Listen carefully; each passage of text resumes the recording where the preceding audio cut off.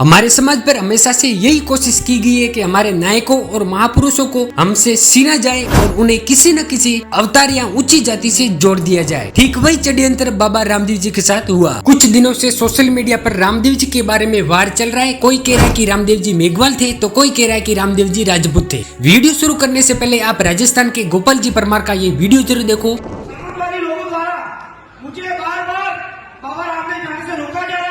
और जान से मारने की धमकी दी जा रही है कि गोपाल परमार एक बार बाबा रामदेव आके बता, तुझे हम बता देंगे।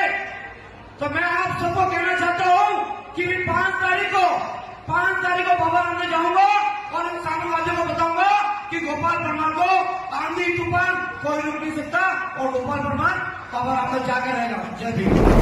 इस वीडियो में गोपाल जी परमार कह रहे हैं कि मुझे बार बार रामदेवरा जाने से रोका गया और जान से मारने की धमकी दी जा रही है। गोपाल जी परमार ने ऐलान किया है कि आने वाली 5 तारीख को रामदेवरा जाएंगे। अब मैं गोपाल जी परमार की बात करूं तो गोपाल जी परमार सिर्फ बोलते नहीं, मैदान में उतरकर अन्याय को ललकारते हैं। उनकी जुझारू सोच और कर्मशीलता ने उन्हें समाज का प्रहरी बना दिया है। मेघवाल समाज और दबे कुचले वर्ग उनके संघर्ष को अपनी ढाल मानते हैं। उनका संदेश साफ है, अन्याय के सामने चुप रहना सबसे बड़ा गुनाह है। चलो अब बात करते हैं रामदेव जी मेघवाल के बारे में और सच्चाई जानने की कोशिश करते हैं। आज हम बात करने जा रहे हैं अवतारवाद के शिकार हुए क्रांतिकारी संत बाबा रामदेव जी मेघवाल की।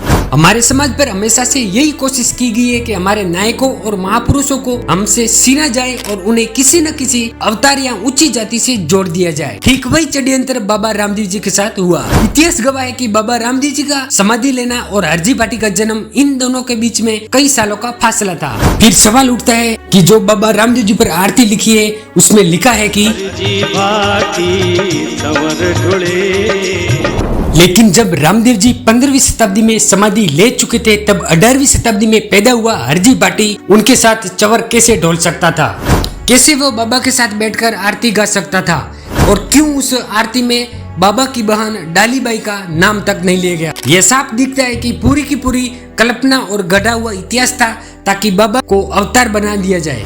वे जानते थे कि बाबा रामदेव जी अवतार नहीं लिया बल्कि मेघवाल समाज में जन्म लिया था और यही कारण था कि मेघवाल समाज बाबा को रिखिया कहकर पुकारता रहा। लेकिन बाद में हरजी भाटी और अन्य ब्राह्मणवादी ताकतों ने बाबा को अवतार बनाकर उनका असली इतिहास छुपाकर ऊंची जातियों की धार्मिक दुकान खोल दी।